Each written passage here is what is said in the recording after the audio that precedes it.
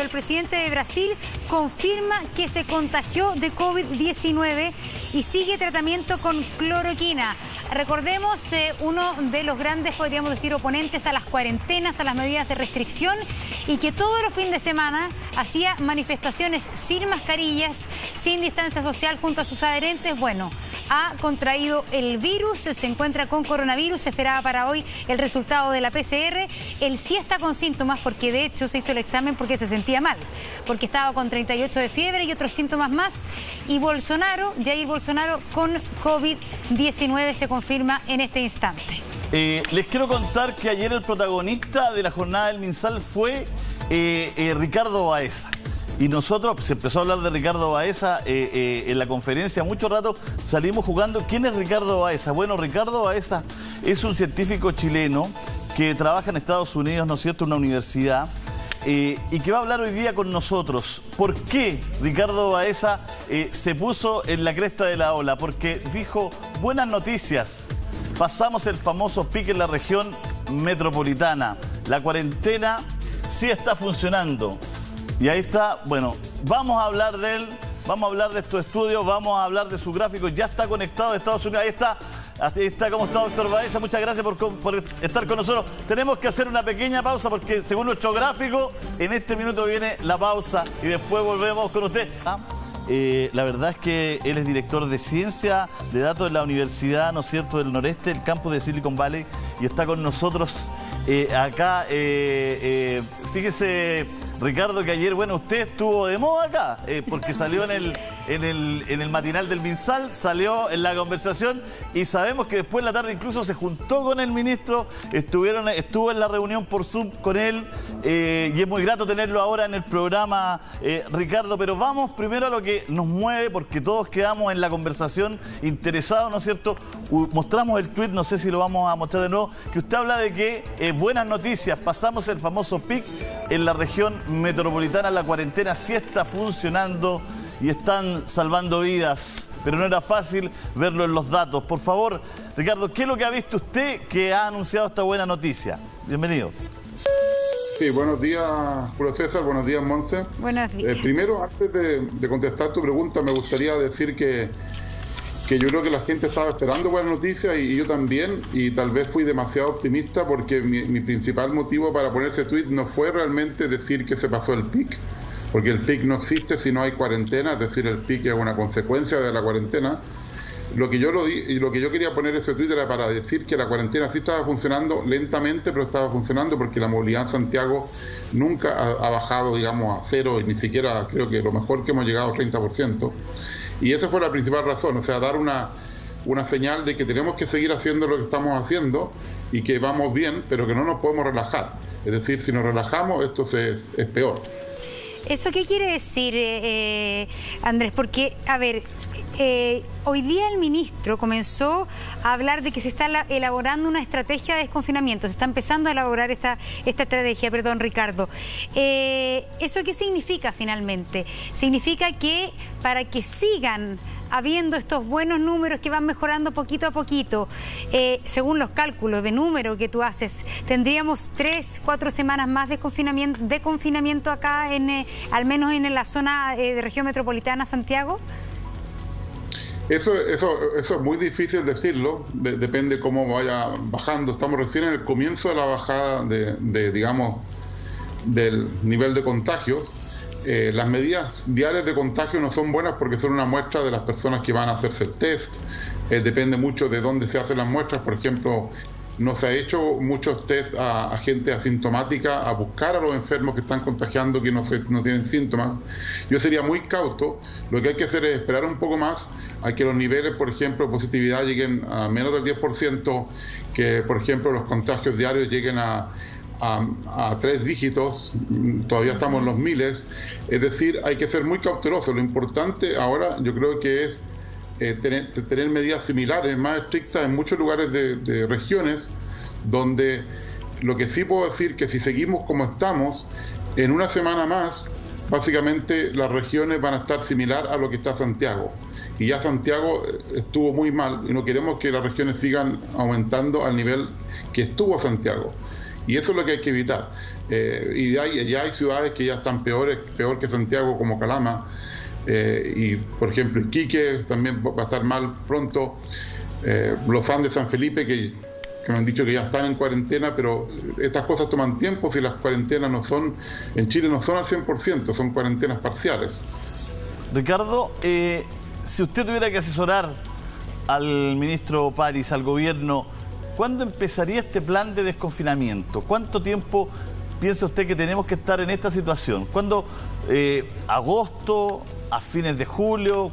¿Cuándo usted, por las cifras que maneja y por precisamente sus declaraciones? Yo creo que hay varios factores. Primero, recién en Europa están desconfinando y ellos van más adelante que nosotros en la pandemia. Así que una cosa muy importante, yo diría, es aprender de ellos. Es decir, esperar experiencia de un mes por lo menos de lo que pasa en España, donde lo que está pasando ahora no es lo que uno quisiera leer. Por ejemplo, han tenido rebrotes, hay lugares que no están pensando volver al confinamiento, así que a veces es mejor tener un confinamiento más largo que varios confinamientos seguidos, y esto se convertiría en el día de la marmota, es decir, salimos, vuelve a comenzar la cosa, entramos de nuevo en otra cuarentena, etcétera.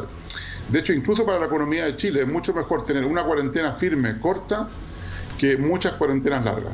Y que desde todos los puntos de vista, yo creo que lo que hay que hacer es ser bien prudente, esperar. Yo ni siquiera hablaría confinamiento. Por suerte el ministro ayer dijo que eso no estaba en los planes todavía, que iban a seguir las cosas como hoy, porque eso es lo más importante. Y más bien el mensaje mío era, está funcionando en Santiago, ahora tenemos que movernos a tratar de que no pase lo mismo que en Santiago en muchas regiones. Todavía hay 40% de las comunas de Chile que no han tenido gente fallecida. Son solamente el 10% de la población de Chile, pero si podemos salvar, digamos, a cualquier persona de esos 10%, yo creo que es importante. Hay lugares de Chile que son muy fáciles de tener cordones sanitarios, de aislar a la población, sin ni siquiera tal vez usar cuarentena. Y lo que hay que hacer ahora es realmente es cortar la cadena de contagio, no comprar más ventiladores. Eso es lo último que uno quiere llegar. O sea, uno quiere llegar a la UCI para recibir una ayuda distinta. Lo que hay que hacer es tener medidas sociales y económicas para que, por ejemplo, la gente en todo Chile se pueda quedar 2 semanas en la casa. Si se quedan 2 semanas en la casa, esto ya casi se acaba. El problema es que no podemos, por razones, digamos, sociales, tener una cuarentena de verdad. Pero ahí hay un tema, Ricardo, que tú dices, si se quedan 2 semanas en la casa, prácticamente se acaba. Pero cuando uno ve que comienzan a aparecer rebrotes, hay rebrotes en Estados Unidos, hay rebrotes en Nueva York, hay rebrotes en España, hay rebrotes no sé si en Italia. La verdad es que también la lógica dice que el desconfinamiento inevitablemente implica la reaparición de casos y la reaparición de brotes. Entonces uno dice, esto va a ser un cuento de nunca acabar. Se cumple bien una cuarentena, se levanta, pero ¿qué indica que efectivamente no va a haber un rebrote? Bueno, tiene razón, en la práctica, si uno no es cuidadoso, eso va a haber. Lo que pasa, por ejemplo, en España, que la gente tenía ganas de estar, digamos, por ejemplo, yendo a los restaurantes, estando fuera, saliendo con amigos, y basta con un mal contacto para que uno se contagie. Lo que pasa es que el futuro inicial debiera ser distinto, es decir, por ejemplo, desconfinar significa seguir cumpliendo muchas normas sanitarias que hacen que eso no ocurra. Por ejemplo, también es controlar el número de casos, es decir, si sabemos que ya hay muy pocos casos y que los podemos trazar y los podemos, por ejemplo, mantener en todos los casos que sea una cuarentena, eso es distinto a si uno tiene de repente 1000 casos y tiene que, por ejemplo, controlar 1000 casos. Pero si uno tiene, por ejemplo, solamente 100 casos, es mucho más fácil de controlar y de trazar. Básicamente hay que pensar lo que hizo Nueva Zelanda, que nunca llegó a más de 1500 casos, todo el país. O sea, nosotros tenemos solamente 3000 en un día. Entonces tenemos que llegar a un nivel donde podemos realmente decir, mira, sí, tenemos casos, pero sabemos dónde están. El problema es no saber. Hoy día Chile aproximadamente se supone que hay 300.000 casos conocidos. Mis proyecciones dicen que hay casi 2 millones de casos realmente. Es decir, ha habido 10% de la gente de Chile ha estado enferma ya, y de eso la mayoría son activos. Es decir, por ejemplo, no la mayoría, pero un número muy grande, yo creo que unos 500.000 600.000 son activos.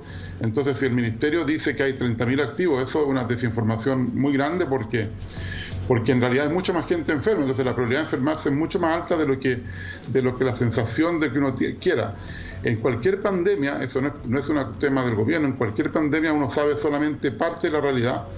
Y en este caso de este virus mucho más, porque hay un tercio de asintomáticos, que no es lo mismo en otros virus.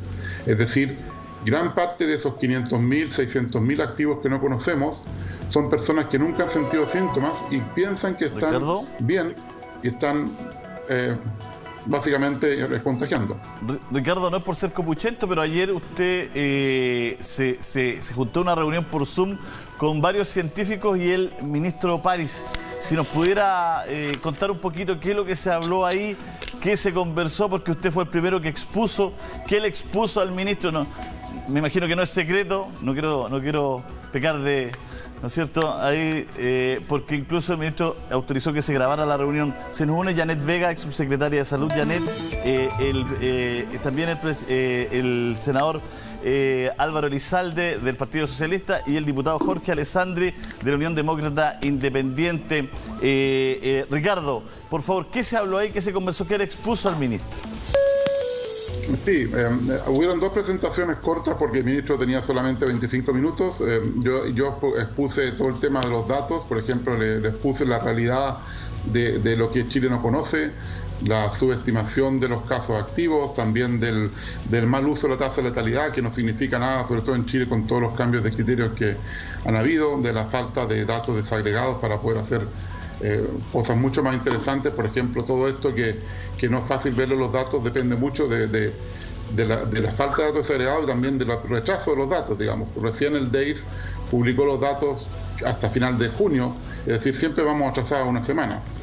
Eso fue la primera posición. Después Muriel Ramírez expuso de la Universidad Católica del Norte, expuso todo el tema, digamos, sanitario, digamos, cómo se corta la cadena de contagio, acciones sociales. Ricardo, ¿puede desarrollar lo de la tasa de letalidad? ¿Puede desarrollarlo, por favor, un poquito? Sí, lo puedo desarrollar. Digamos, la tasa de letalidad de casos que se mide cuando se está en una pandemia, básicamente el número de personas que han fallecido dividido por el número de personas que se han contagiado.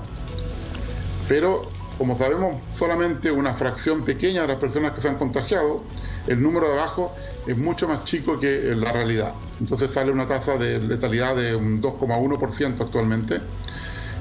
Ahora, eso es un detalle técnico, ahí deberán ponerse el número de personas que estaban contagiadas cuando se contagiaron las personas que fallecen, así que en realidad es un número más chico, pero el ministerio hace el mismo error que casi todo el mundo, o sea, esto no lo hacen bien en todo el mundo, y hace lo más fácil que usar los enfermos de hoy y no, digamos, los enfermos, por ejemplo, de hace 2 semanas. Pero el problema está que todos los estudios científicos indican que la tasa de letalidad final va a estar entre el 0,6% y el 1%. Es decir, no va a morir el 2% de Chile. Yo creo que mi estimación es que va a ser como el 0,7% más o menos, porque Chile tiene una población joven. Es decir, es como la tercera parte. Pero se usa porque se compara con otros países, pero en otros países esos números son completamente distintos, saben más o menos que Chile. Así que estamos comparando dos números que son arbitrarios y decir estamos mejor o peor que antes. Si uno quiere comparar un número, tendría que comparar la mortalidad, que tampoco creo que es correcto porque toma en cuenta la población, y Chile es un país que tiene población pequeña y el contagio no depende de la cantidad de personas de un país, todavía, hasta que no llegamos a un nivel de 50%, 60% de contagio. Pero ese número es real, porque sí estamos dividiendo el número de fallecidos por el número de la población, y esos dos números son reales, son precisos, son imprecisos. Pero por supuesto en ese número Chile queda muy mal, queda de los peores del mundo. Entonces hay dos extremos: o usamos un número que no significa nada pero que nos conviene, o usamos un número que está sesgado a la población pero no nos conviene. Yo creo que no hay que usar ningún número, no necesitamos comparar con ningún país para saber si lo estamos haciendo bien o mal. Y ya estamos lamentablemente entre los 13 países con más fallecidos del mundo. Y todos podemos ir a una lista de países por población, y Chile no está entre los 13 primeros, ni siquiera está cerca de los 13 primeros. Ya tenemos un problema muy grande y no hay que compararnos. Lo que hay que hacer es tratar de cambiar de estrategia, cortar la cadena de contagio, salvar más vidas, porque lamentablemente así como vamos, ya vamos a llegar a las 20.000 víctimas, porque estamos recién en la bajada, y lo que se ha visto en Italia y España, que la bajada tiene más fallecidos que la subida.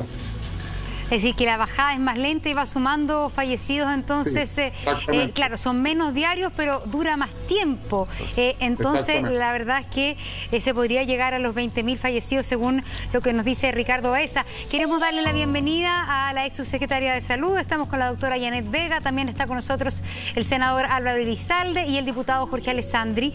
A ver, Janet, doctora, pasamos de cierto optimismo que de alguna manera transmitió el ministro de Salud en su conferencia diaria al decir que ya se estaban elaborando las estrategias para un desconfinamiento, a las palabras de Ricardo Baeza, donde dice que Chile es con los casi peores resultados, está, perdón, entre el conjunto de los países que peor resultado tienen en el enfrentamiento al COVID. ¿Qué sentimiento nos debiera dominar en este momento? ¿Es bueno empezar a hablar y es bueno empezar también psicológicamente los chilenos a ver más cercano el proceso de desconfinamiento? Bueno, yo quiero decir primero que estoy totalmente de acuerdo con prácticamente todas las aseveraciones que se han hecho por Ricardo, pero sin embargo quisiera decir de que todos nosotros desde el punto de vista de sentimiento necesitamos ver alguna luz al final del túnel. Y yo creo que la pequeñita luz que tenemos en este momento es que la situación, por lo menos en la metropolitana, parece estar desde el punto de vista de la probabilidad de enfermarse en una pequeña disminución, y desde el punto de vista de lo que son los pacientes en la UCI aún estamos estables, no hay una disminución tremenda, pero es un equilibrio extraordinariamente frágil, y esto tal vez es lo más importante de todo, decir que si seguimos haciendo las cosas como estamos en estos momentos, por lo menos en términos de la cuarentena y de cuidarnos, podríamos tener una luz al final del túnel. Ahora, el desconfinamiento, yo creo que siempre es bueno avanzar en definir las etapas que vienen para no ir detrás de la epidemia. Y desde ese punto de vista, tanto los indicadores de desconfinamiento que acaba de mostrar y sugerir el Consejo Asesor, como en empezar a pensar cuando lleguemos a ese momento, cómo vamos a desconfinar, es bueno, porque nos estamos adelantando. Sí, piensa, pero, Janet, que tenemos siempre. Una pregunta, lo que pasa es que quizás en este optimismo o en esta posibilidad, alguna esperanza de luz al final del túnel, ¿no estaremos siendo demasiado centralistas? Porque claro, están mejorando los números de la región metropolitana y se transmite un mensaje al país como que estamos mejor, pero tal como dice Ricardo, en Calama está la situación muy crítica. También hay otras zonas donde está la situación realmente complicada. Entonces, ¿cuán real o cuán también excesivo centralismo hay en esta transmisión de optimismo por parte de la autoridad? O sea, sin duda que la situación en la metropolitana es totalmente distinta. Tenemos la segunda, la quinta, la sexta y la octava, que es al revés, que vamos a tener que, ya deberíamos estar pensando en lo que no está cuarentenado, cuarentenarlo. Pero la epidemia va a ser así hasta que encontremos vacuna. Vamos a estar, insistir en eso, todo el año 2021 así. Es decir, vamos a entrar con pequeños pics, si es que lo hacemos bien, logrando apagar estos pequeños incendios, pero y no se comporta igual en todo el país. Por lo tanto, seguimos en una situación en la cual nos queda mucho rato de epidemia, y tenemos que ser extraordinariamente cuidadosos en cómo vamos manejando la situación. Le damos la palabra al diputado Jorge Alessandri. Buenas tardes ya, sí. Diputado. Muy buenas tardes, Montserrat, Julio César y a los invitados.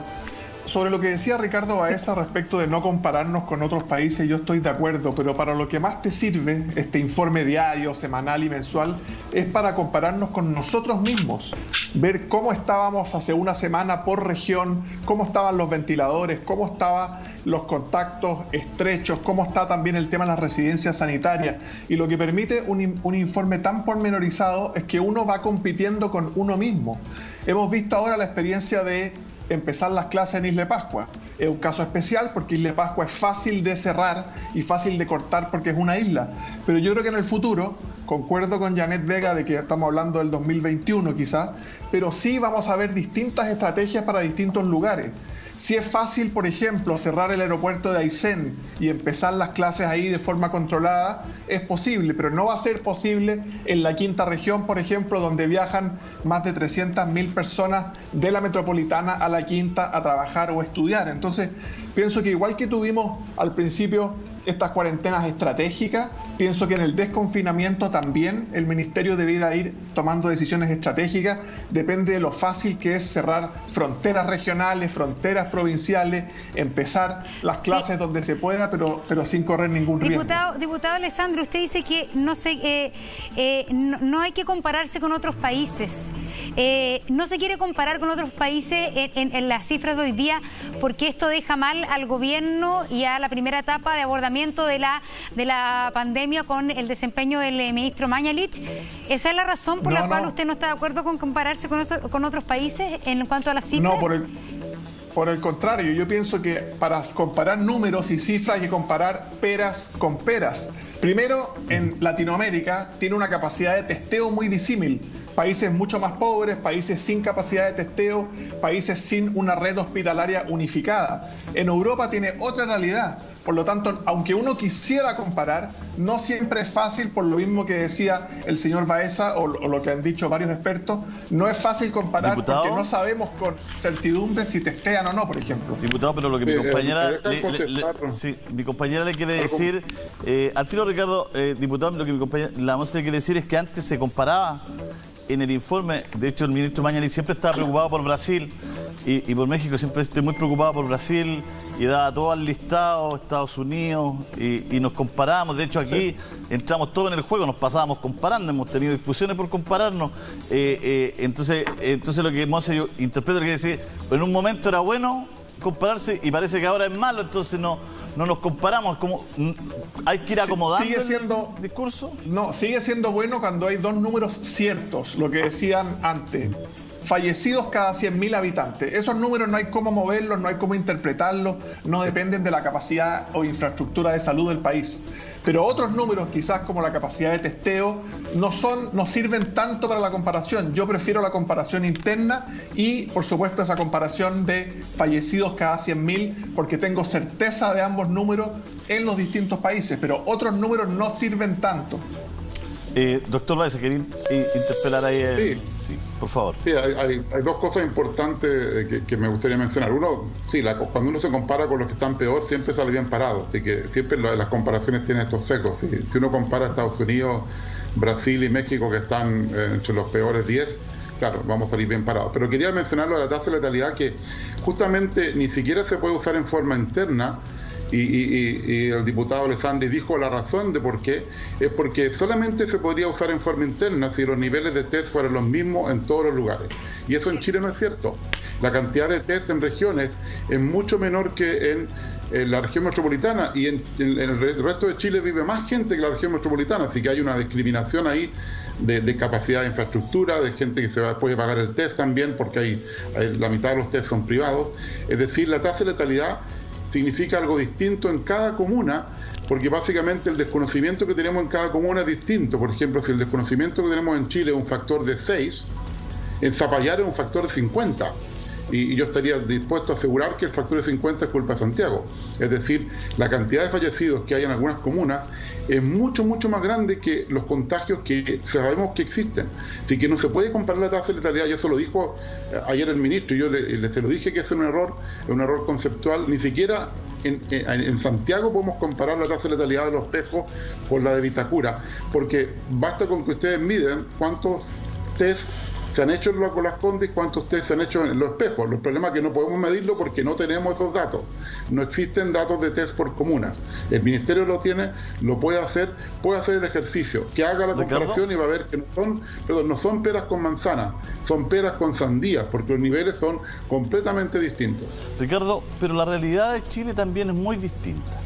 Y lo hemos hablado también a nivel político y a nivel de decisiones. La realidad de Santiago, de algunas comunas de Santiago, no es la misma realidad, por ejemplo, de la 8ª región, de la 9ª, cultural, social. Somos un país muy diverso, ni siquiera con el norte en nuestro país. Haciendo foco en Santiago también, ¿no es peligroso esto de los desconfinamientos por la experiencia que ya tuvimos de las cuarentenas dinámicas? Porque es distinto tomar estas medidas, por ejemplo, en Temuco o quizás en Arica, que tomar en la región metropolitana, donde la movilidad de las personas es muy grande, donde la persona de Puente Alto va a trabajar a Barnechea, donde el señor de Barnechea va hacia Quilicura, donde el señor de Quilicura, ¿no es cierto?, trabaja en Renca, donde los señores de Renca van a Providencia a atender un mall. O sea, es, quiero decirlo de manera coloquial, pero es de verdad que intomable, no sé, intratable, incontrolable, y nos dimos cuenta de las cuarentenas dinámicas, que fue el error que admitió finalmente, ¿no es cierto?, la autoridad, digamos, ¿no? Sí, las cuarentenas dinámicas yo creo que venían de la idea de un trabajo de Israel, que lo importante era la forma como digamos, iban en el tiempo, pero en realidad la cuarentena era completa, era decir, por ejemplo, tomar todo un país y que ciertos días estaban en cuarentena, ciertos días estaban desconfinados, y si se enfermaban, entonces iban a estar, cuando supieran los síntomas, de nuevo en cuarentena. Eso, la idea era dinámica en el tiempo, no en el espacio. Es decir, hacer una cuarentena por sectores de Santiago, una ciudad con tanta movilidad, de hecho no lo ha hecho ningún país del mundo. Ese fue un error muy grave, porque lo que había que haber hecho, yo lo tengo de los datos, el 15 de abril, entre el 15 y el 21 de abril ya se veía que el contagio se pasaba de la zona oriente de Santiago a las zonas más pobres.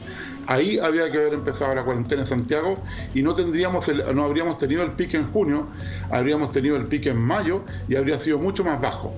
Es decir, se habrían tal vez salvado la mitad de las vías que y en ese caso, Ricardo, en ese caso tú planteabas que en ese minuto de abril no está en cuarentena, que fue la primera en la zona oriente, sino que en todo Santiago. En todo Santiago, porque por ejemplo esto es como decir, mira, vamos a poner cloro solamente en una parte de la piscina, pero la piscina está comunicada con estas otras piscinas. Bueno, por supuesto, el cloro llega a todas partes. O sea, si solamente hubiera funcionado si por ejemplo hubiera habido como realmente un bloqueo de que nadie puede pasar, por ejemplo, a Las Condes. Y eso es imposible en Santiago, además tampoco tiene sentido. Lo que había que hacer era una cuarentena en todo la región metropolitana. De hecho, por ejemplo, fue en Santiago y luego el problema empezó en Peñaflor. Hay lugares de Santiago, alrededor de Santiago, que también están mucho peor de lo que deben estar, porque mucha gente sale a trabajar a Santiago desde fuera de Santiago, gente de Rancagua, Peñaflor, etcétera. Lo mismo está pasando en grandes zonas. Sí. Un segundito, queremos saludar al senador Álvaro Elizalde, que me han estado atentos escuchando esto y que no ha tenido la palabra. Senador, ¿cómo lo analiza usted y cómo ve la... Sí, termine y le damos la palabra al senador. Que las cuarentenas también no pueden ser por comuna, tienen que poder ser por zonas de movilidad, es decir, Iquique con Alto Hospicio, todo el Gran Concepción, todo el Gran Valparaíso, significa hasta Viña Alemana. No podemos hacer en una comuna, dejando las otras comunas donde viene gente a trabajar a esa comuna, digamos, sin cuarentena. Entendido. Senador Elizalde, ¿qué opina usted de lo que dice Ricardo y de la señal que sí está dando la autoridad respecto a comenzar a pensar la estrategia de desconfinamiento? Bueno, yo creo que hay que ser muy cuidadoso. No se puede volver a cometer el error del llamado a la nueva normalidad que realizó el gobierno y que se expresó en un aumento del número de contagios. Y por tanto creo que en esto hay que ser muy precavido, muy responsable y, por cierto, no relajar en este momento las medidas de aislamiento físico e incluso extenderla a otras zonas del país donde se está expandiendo esta pandemia. Creo que es muy importante en ese sentido tomar responsabilidad de eso, porque hay un dato que es muy preocupante, que es el número de muertos por millón de habitantes. Y en ese indicador Chile no está en un buen lugar en el mundo. Por tanto, tenemos que tomar conciencia de lo que eso significa. Eso no obsta que, por cierto, que hay que planificar lo que viene para adelante. Las señales y los indicadores de esta semana, de estos últimos días más bien, tienden a ser menos preocupantes que los que teníamos hace un par de días atrás. Pero bajo ninguna circunstancia creo que se puede relajar las medidas, ni se puede volver a cometer el error que cometió el gobierno de un optimismo extremo que tuvo consecuencias muy negativas en la propagación de la pandemia. Pero está el caso, por ejemplo, de Perú. El caso de Perú, que aplicó un desconfinamiento súper estricto y tempranamente. Sin embargo, los casos se han ido multiplicando, los fallecidos también, y a pesar de todo eso, tuvo que levantarse la cuarentena por temas económicos. ¿En qué medida también quizás la estrategia peruana nos está mostrando que no necesariamente el desconfinamiento en marzo-abril era totalmente efectivo? Les vamos a dejar planteada esa pregunta. ¿Qué opinan de eso? Son las 12:17, hacemos una pausa.